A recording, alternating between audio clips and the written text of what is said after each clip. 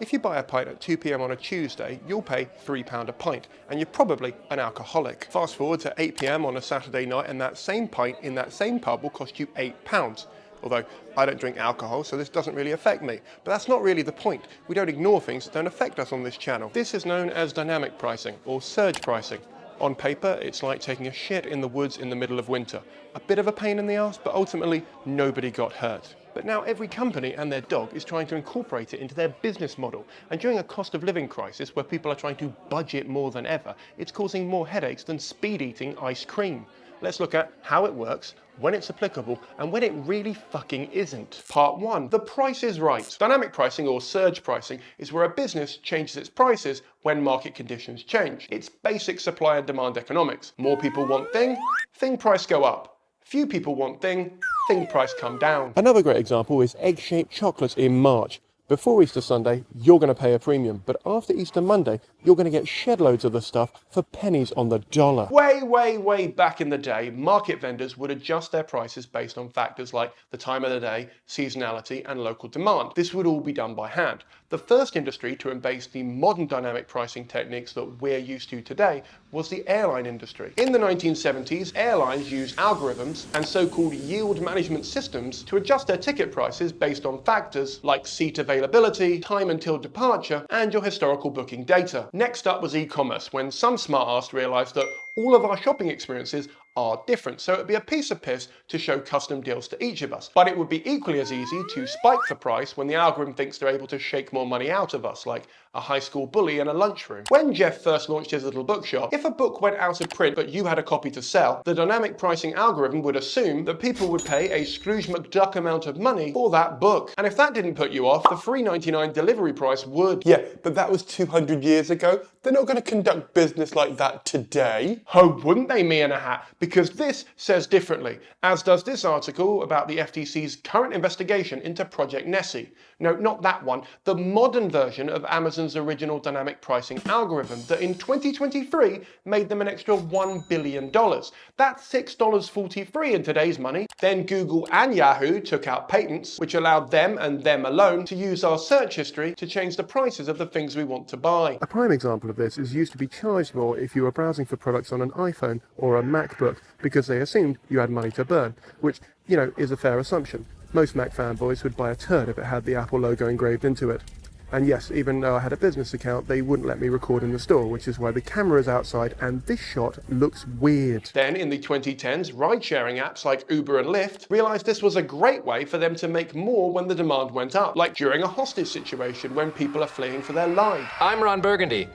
You stay classy, San Diego. And go fuck yourself, Uber. As with the subscription economy, it worked for one company, so now everyone is trying to get in on the action, from housing to public transport. And, Sadiq, I don't think calling it the Taylor Swift style system is the look you actually want to go for. Swifties weren't exactly happy about paying $800 or more for a ticket just because everybody else was trying to buy one at the same time. What makes you think people are going to want to pay more for train tickets just because everyone wants to get home at the same time? Part 2. Quakers. Now, it's worth flagging where price tags came from. You see, before the late 19th century, most retail goods did not have a fixed price, and customers were expected to haggle with the store owner. The Quakers found it immoral for different customers to pay different prices, or what we now know as price discrimination. It was yet again the legendary John Wanamaker who introduced Quaker honest pricing in his stores in 1874, saying he believed that if everyone is equal before God, then everyone should be paying an equal price. Other stores then followed suit, not only because it was more moral, but because it cut down on the time and cost to train staff in haggling.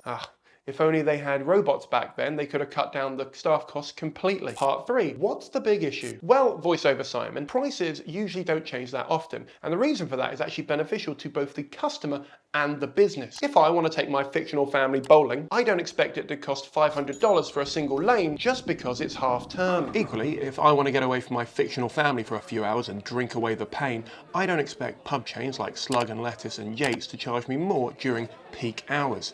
This gives me a reason to dynamically take my business elsewhere. And Coca-Cola tried a vending machine that would increase the cost of an ice-cool drink when the temperature outside of the machine went up. As if selling 20,000 bottles a second wasn't enough for them. So what, everyone should just become a Quaker now? Actually, no, me in a hat. Dynamic pricing has its place, just like the subscription economy. Hell, I've got a subscription service linked below. The problem is when there's no cap on how high the prices can go, and when industries, particularly ones that sell essentials like supermarkets, start to use it. That's when you know you've gone full late-stage capitalism. Oh yeah? And I'm the conspiracy theorist. Well, me in another hat I purchased in the summer because it was half the price it was during the winter. Supermarkets are installing digital price tags so they can change the price of products quicker than your iPod changes its tune. Couple this with how they're mining our data through their loyalty card scheme and boom!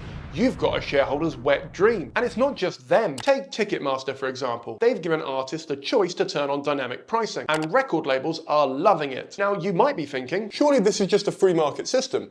If acts want to make more money, their prices will go up in line with demand. and you know what, me in a hat? I half agree. Really? Yeah, I feel dirty saying it, but I half agree with you. Artists only have a certain number of shows in them in their lifetime, so of course they should be at a premium.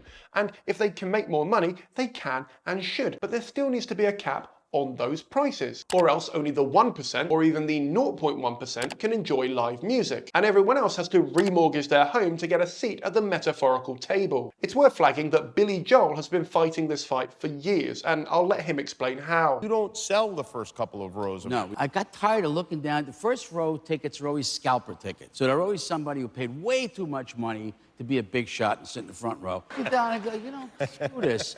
The real fans are in the back. So we decided we don't put the front rows, the first 2 rows on sale. The road crew fans out to the back of the room before the show, and they find kids all the way in the back, and they bring them to the front 2 rows. Pure class. And look, at the risk of repeating myself, dynamic pricing can work in some industries, but not all of them. Once more for the people at the back. Just because you have more money or are classed by the app as a desperate old man doesn't mean you should be charged more. Tinder Part 4. Uber. As I've already mentioned, Uber jacks up their prices during crisis events and weather warnings. Now, in fairness, they did pinky promise to stop doing this, and in theory, they did. Although, to be even fairer, they now just give you an approximate end price and don't let anyone know when their prime times are, which, basically results in the same thing for customers. So, swings and roundabouts. Uber also jacks up the price every single New Year's Eve, which, black cabs have been doing for years. The main difference is they don't pass on that additional fat dollar yo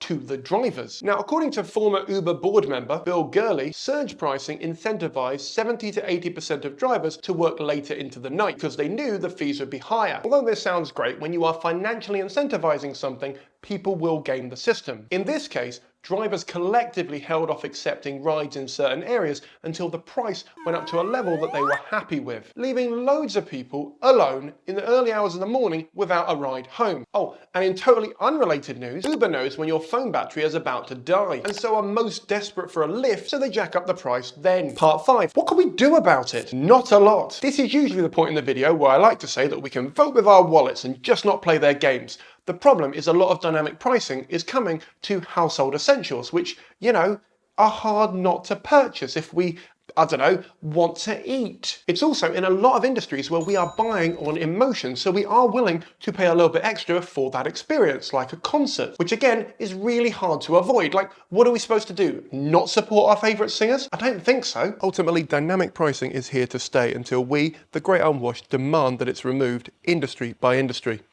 Godspeed.